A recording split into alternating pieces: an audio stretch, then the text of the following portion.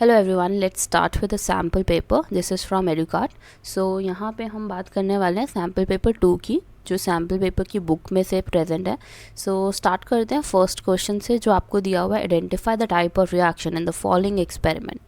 तो सबसे पहले हमें बोला गया कि इस एक्सपेरिमेंट में से आप हमें बताओ कि कौन सा टाइप ऑफ रिएक्शन है ये. तो सबसे पहले अगर आप ध्यान देखो तो आपके पास है कैल्शियम ऑक्साइड, आपके पास है वाटर. तो कैल्शियम ऑक्साइड के साथ अगर आप वाटर ऐड करोगे, so what you will get a calcium hydroxide out of it. Calcium hydroxide मिलेगा और साथ ही साथ it will release some heat energy. So this is which type of reaction? First of all, combination reaction, because two reactants are present here. So combination reaction हुआ और साथ ही साथ it is exothermic reaction because heat is releasing out of it. So combination and exothermic, first और third इसमें देखो option में, तो it is answer C. Why? Because it needs to be have first part and third part as well. So this is the answer. C is the answer. Now second question, it says few drops of phenolphthalein indicator were added to a known solution A and it acquired pink color. Then another unknown solution B was added to drop by drop and the solution become colorless. Which of the given options correctly represent the nature of the solution A and B? तो सबसे पहले हमें क्या बोला गया, phenolphthalein add किया गया एक सॉल्यूशन ए में. ठीक है, लेट्स से कि आपके पास दो सॉल्यूशन है ए एंड बी. तो अब उन्होंने जब फिनॉफ्थलीन ऐड किया फर्स्ट वाले में, तो उनको कौन सा कलर मिला? पिंक. सेकंड में अगर उन्होंने क्या ऐड किया, फिनॉफ्थलीन नहीं ऐड किया, so it is colourless. So they are saying कि कौन से हमारे सॉल्यूशन है, ये एसिडिक है या बेसिक है. तो जब हमारा पिंक कलर आया, इसका मतलब it is a basic solution. और जब हमारा कलरलेस हो गया कोई solution, that means it is acidic in nature. So first वाला क्या है आपका, इट इज़ बेसिक. अगर पिंक कलर रहता है तो इट इज़ बेसिक, कलरलेस रहता है तो it is acidic. So acid basic होना चाहिए पहला और दूसरा acidic. So you can see D is the right option out of all. Let's now move to question number 3. It says which of the following are not ionic compounds. तो आपको दिया हुआ है सबसे पहले एल्यूमिनियम क्लोराइड और दूसरा HCl, तीसरा carbon chlorine and then you have sodium chloride. तो उन्होंने बोला है कौन से ऐसे आयनिक कंपाउंड्स कौन से नहीं है. तो aluminium chloride is one of ionic compound, ये हमारा आयनिक कंपाउंड है. और NaCl भी आपको पता है कि यह हमारा आयनिक कंपाउंड है. तो कौन से आयनिक कंपाउंड नहीं होते हैं हमारे, जिसके अंदर कार्बन बॉन्ड्स होते हैं. तो जैसे कि आपका हो गया HCl और जैसे कि आपका हो गया शेयरिंग हो रही है यहाँ पे कार्बन फ्लोरीन में. So these two are not ionic. ठीक है, तो सेकेंड और third which is option number B. Let's now move to question number 4. So here you are given with a chemical equation and you have to suggest us कि मतलब इसको आप balance कैसे करोगे. इसको हम बैलेंस कैसे करेंगे वो हमें देखना है क्वेश्चन नंबर 4 में. तो सबसे पहले अगर आप ध्यान से देखो तो आपके पास BA क्या है. अगर BA की क्वांटिटी यहाँ पे हम देखें, जो इनिशियल क्वांटिटी है BA की, इट इज़ 1. और आपका Cl कितना है, इट इज़ 2. और आपका एल्यूमिनियम है 2. SOS आपका है 3. O है आपका 12. ठीक है, ये 4 इंटू 3 मल्टीप्लाई हो जाएगा. अगर अब आप राइट साइड पे देखोगे तो आपका B कितना है, सॉरी BA बेरियम कितना है, it is 1. SO4, S is 1, O is 4 and aluminium is 1, chlorine is 3. So you can सी कि हमारा कोई भी चीज़ ऐसी नहीं है, नहीं बेरियम है जो बैलेंस्ड है. यहाँ पे भी 1 था, राइट साइड पे भी 1 है, तो दोनों तरफ ही आपका 1 है. ठीक है, ये बैलेंस्ड है. और कोई चीज़ ऐसी नहीं है आई थिंक जो बैलेंस्ड है, या इट इज़ नॉट. तो अब हमें ये सोचना पड़ेगा कि हम इसको बैलेंस कैसे करें. तो देखो, अगर मैं P की जगह 3 लगा दूँ तो हमारा BA कितना हो गया 3, क्लोरीन कितना हो गया 6. और अगर यहाँ पे भी हम बैलेंस करना चाहे BA वाली साइड को, तो यहाँ पे मैं 3 लगा देती हूँ.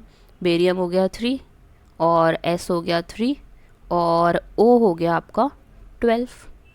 ठीक है, अब अगर ध्यान से देखो तो आपका 3s भी बैलेंस्ड है, O भी बैलेंस्ड है दोनों तरफ 12, और आपका क्लोरीन बैलेंस नहीं है। ये देखो ये 6 है और ये कितना हो गया 3।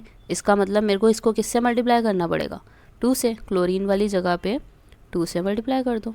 अब देखो आपकी जो इक्वेशन है, is it balanced? Yes it is. तो क्यू की जगह क्या आना चाहिए था 1, क्योंकि यहाँ पे ज़रूरत ही नहीं है हमें इसकी।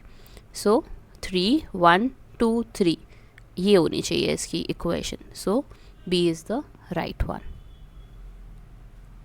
Let's start with question number 5, which says which of the following is acidic in nature? Is it milk, human blood, or lime water, or laundry detergent?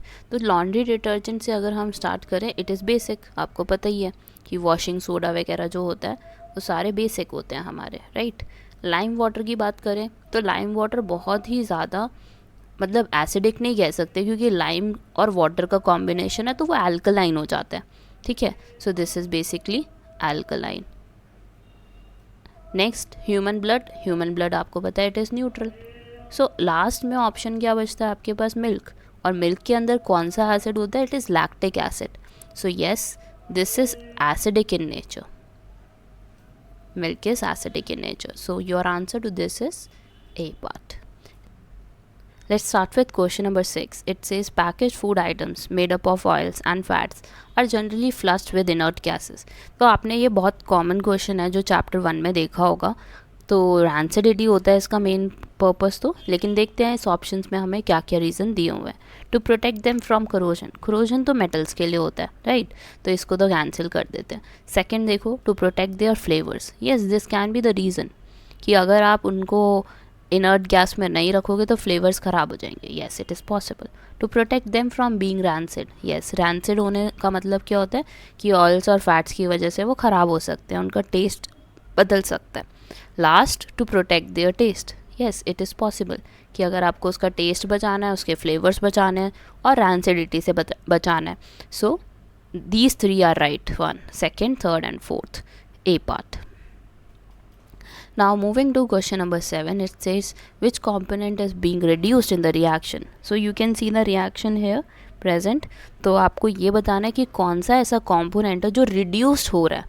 तो आप अगर ध्यान से देखो तो कॉपर ऑक्साइड किस में रिड्यूस हो रहा है? कॉपर में।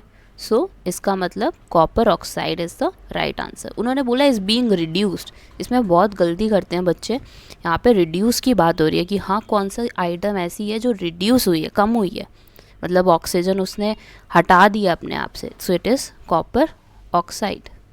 Alright, let's now move to question number 8. It says soda acid extinguisher contains the chemical. तो सोडा एसिड एक्सटिंग्विशर में क्या प्रेजेंट होता है वो ऐसा पूछ रहे हैं हमसे। तो it is sodium hydrogen carbonate, ये ध्यान रखना, a part of it. Question number 9 में आपसे पूछा है select the correct statement with respect to bases. मतलब बेसिस के रिस्पेक्ट में आपको 3 स्टेटमेंट दी हुई हैं, उसमें से आपको बताना है कि करेक्ट कौन सी है। तो सबसे पहले देखो उन्होंने दिया bases have bitter taste and soapy touch. Is it correct? Yes it is. And second उन्होंने बोला है हमें with carbon dioxide they form salt and water. और बेसिस के साथ अगर आप कार्बन डाइऑक्साइड डालोगे so yes they will form acidic salt and they will form water with it. Second उन्होंने आपको बोला है the gas evolve with zinc metal extinguishes lightning splinter. So this is not the case. Hydrogen gas do evolve but ऐसा नहीं होता कि वो lightning splinter को बंद कर देगी। ठीक है, तो थर्ड वाला बिल्कुल गलत है, आपका फर्स्ट और सेकंड बिल्कुल सही है, which is statement 1 and 2. Let's now move to question number 10. It says on passing electric current through acidified water, hydrogen gas is collected over cathode and oxygen gas is collected over anode. Second option में आपको दिया हुआ है that oxygen gas is collected over cathode and hydrogen gas is collected over anode. And third option यहाँ पे दिया हुआ है आपको ratio of volume of hydrogen gas and oxygen gas is 1:2 और फोर्थ आपको दिया हुआ है ratio of volume of hydrogen gas and oxygen gas is 2:1। तो सबसे पहले हम इन्हीं में से एलिमिनेट करते हैं जो गलत है। तो देखो H2 के कितने कंपोनेंट्स हैं, हाइड्रोजन के कितने कंपोनेंट्स हैं 2, और ऑक्सीजन के कितने कंपोनेंट्स हैं 1। So out of third and fourth which one is correct? It is the fourth one हमारा सही है, और जो थर्ड वाला है वो इनकरेक्ट है। ठीक है, अब हम चेक करते हैं हमारे सेकंड और फर्स्ट में से। सेकंड और फर्स्ट में से अगर आप ध्यान से देखो तो उन्होंने बताया कि कौन सी गैस कहाँ पे कलेक्ट होती है। तो ये ध्यान रखना कि जो हाइड्रोजन गैस होती है वो कलेक्ट होती है कैथोड पे, और जो ऑक्सीजन गैस होती है वो कलेक्ट होती है एनोड पे। So out of these two first one is correct. तो फर्स्ट और फोर्थ हमारे सही है। तो फर्स्ट और फोर्थ किस में आ रहे हैं? बी में। नेक्स्ट आपको दिया हुआ है when do the desert plants take up carbon dioxide. तो डेजर्ट प्लांट्स वो पूछ रहे हैं कि कब कार्बन डाइऑक्साइड इनटेक करते हैं। तो बेसिकली यहाँ पे ऑप्शंस हमें दिए हुए हैं during early morning, during day, और ड्यूरिंग नाइट, और all the time. So this is only possible, इनके केस में सिर्फ पॉसिबल है नाइट के टाइम पे, क्योंकि यहाँ पे क्या होता है जो डेजर्ट प्लांट्स होते हैं they open up their stomata during night and take in carbon dioxide, और पूरा जो डे टाइम होता है उनका वो पूरा क्लोज रहता है। क्यों क्लोज रहते हैं वो डे टाइम में? क्योंकि लॉस ऑफ वाटर हो जाएगा अगर वो बहुत ज़्यादा खुले रहेंगे सुबह के टाइम पे, और उनको लॉस ऑफ वाटर मतलब हेल्पफुल नहीं है, क्योंकि उनको वाटर रिटेन करने की प्रॉपर्टी है उनकी, क्योंकि हम उनके ऊपर पानी नहीं डालते डेजर्ट प्लांट्स के ऊपर, वो खुद ही अपना पानी सेव कर सकते हैं during day time. So it is during night. Carbon dioxide कब इनटेक कर रहे हैं वो? नाइट के टाइम। नेक्स्ट उन्होंने बोला है आपको study the diagram of a stomatal pore with labels X and Y, select the option which gives the correct identification and main function of X and Y. तो आपको ये बताना है कि एक्स क्या है पहले तो, और वाई क्या है।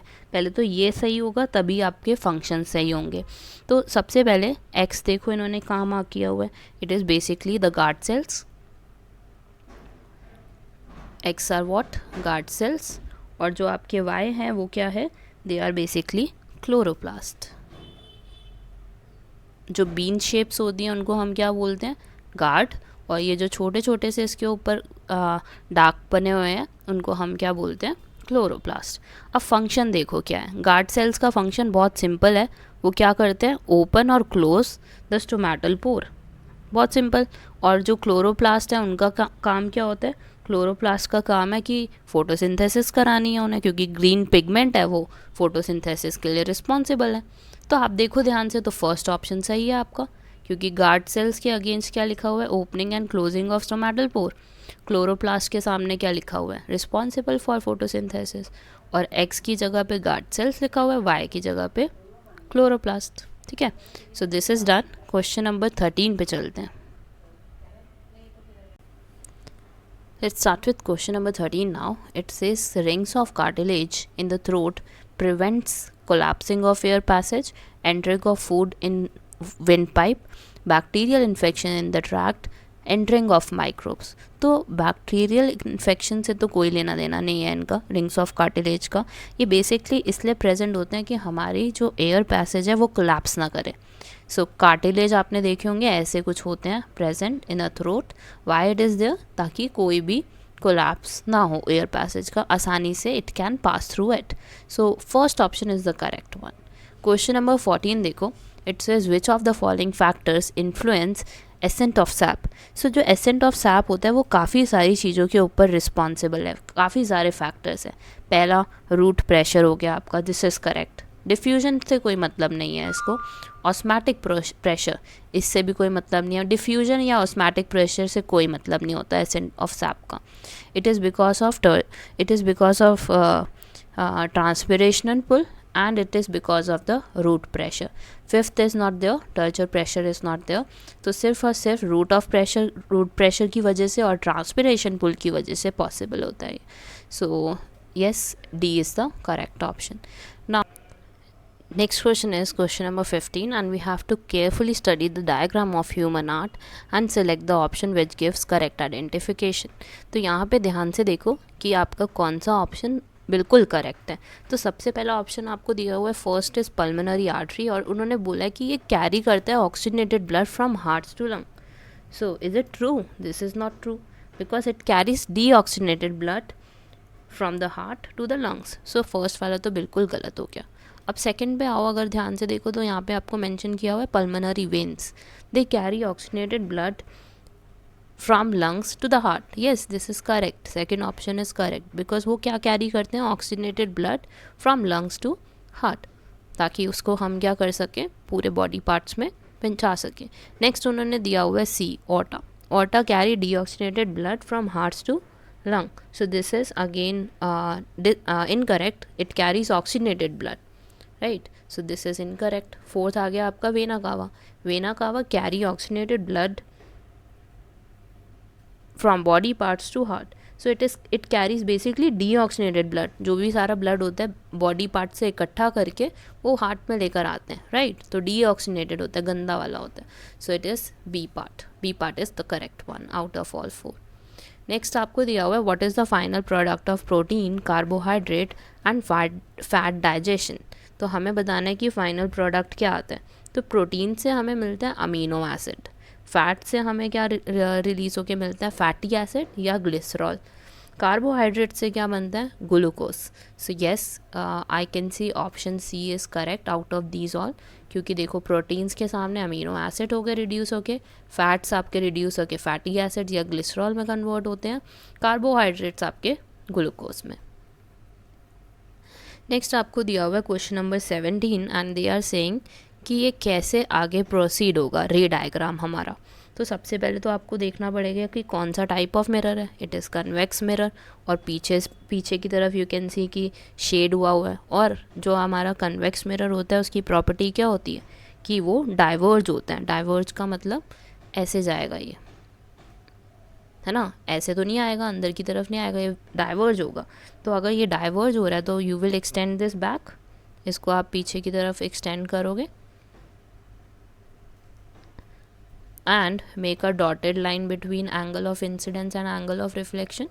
So yes, you can see that it is being diverging, appear to diverge from F. C is the right option out of it. Next उन्होंने दिया हुआ है क्वेश्चन नंबर 18, अगर ध्यान से पढ़ें तो इसमें हमें बताया गया है कि Harsh is standing in front of a unique mirror. He finds the image of head smaller the middle portion of her body of the same size, that of the legs bigger. Which of the following is the order of combination for such mirror. तो सबसे पहले उसने बोला कि जो उसका head है वो स्मॉल लग रहा है, ऊपर से आते हैं हेड जो है वो स्मॉल लग रहा है।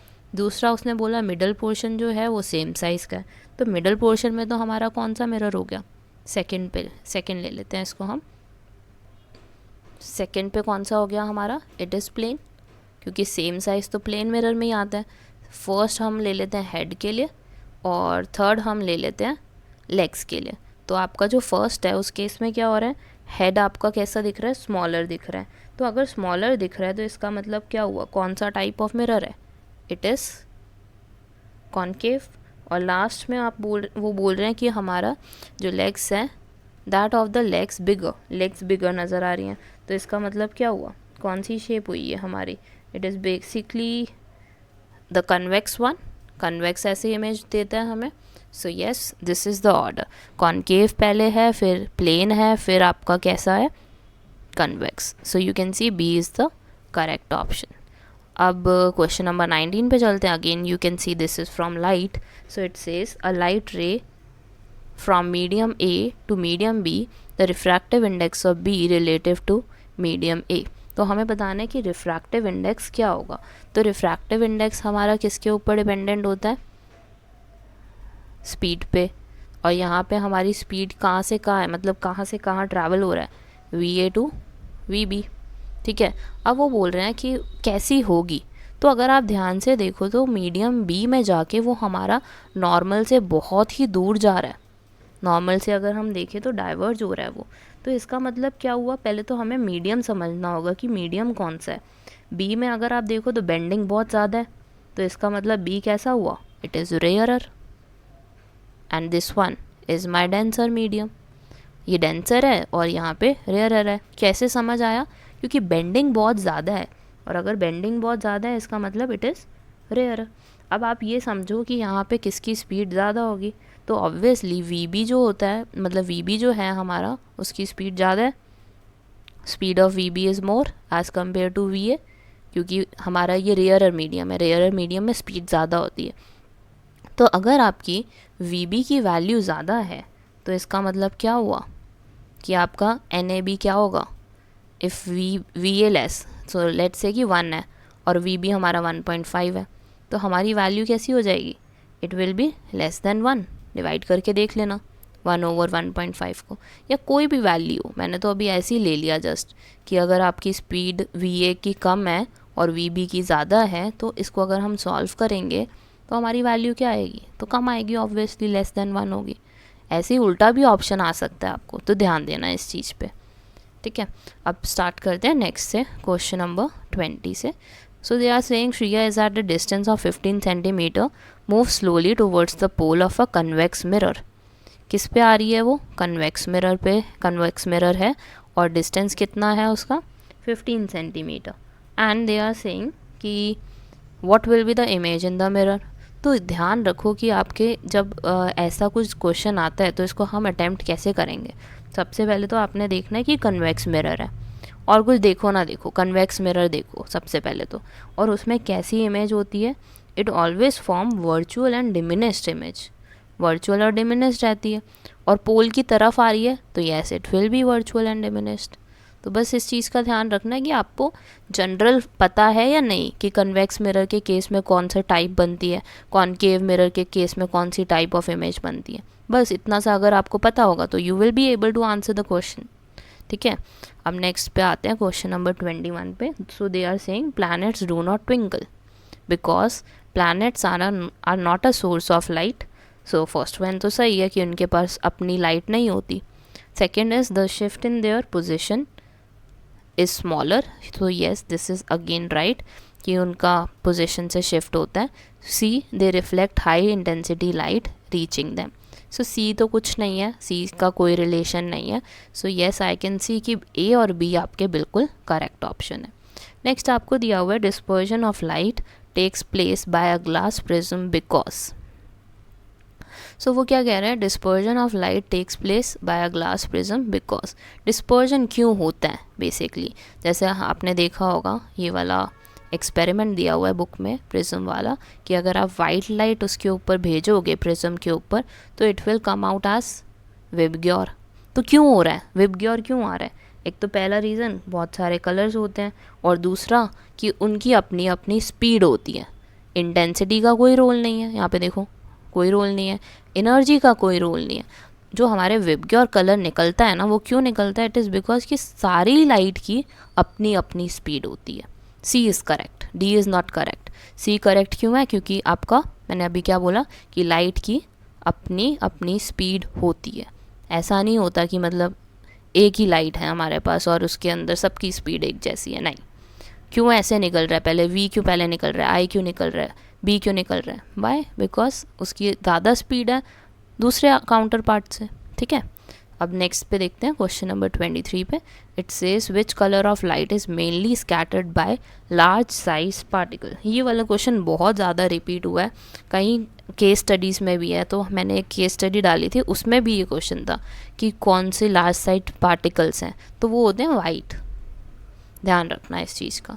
सो इट इज नेक्स्ट क्वेश्चन से स्टार्ट करते हैं क्वेश्चन नंबर 24 से। It say study the given diagram explaining the formation of rainbow in the sky. तो select the correct statement with respect to above. पहला उन्होंने दिया हुआ है dispersion occurs at point A, ठीक है।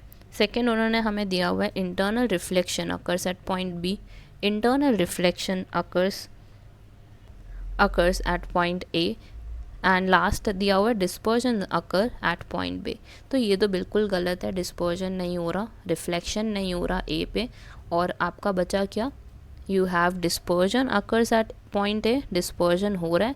अगर आप ध्यान से देखो तो थोड़ी सी लाइट हमारी फैलने लग गई है, दिख रही है, दो लाइनें बनी हुई हैं। So yes it is there.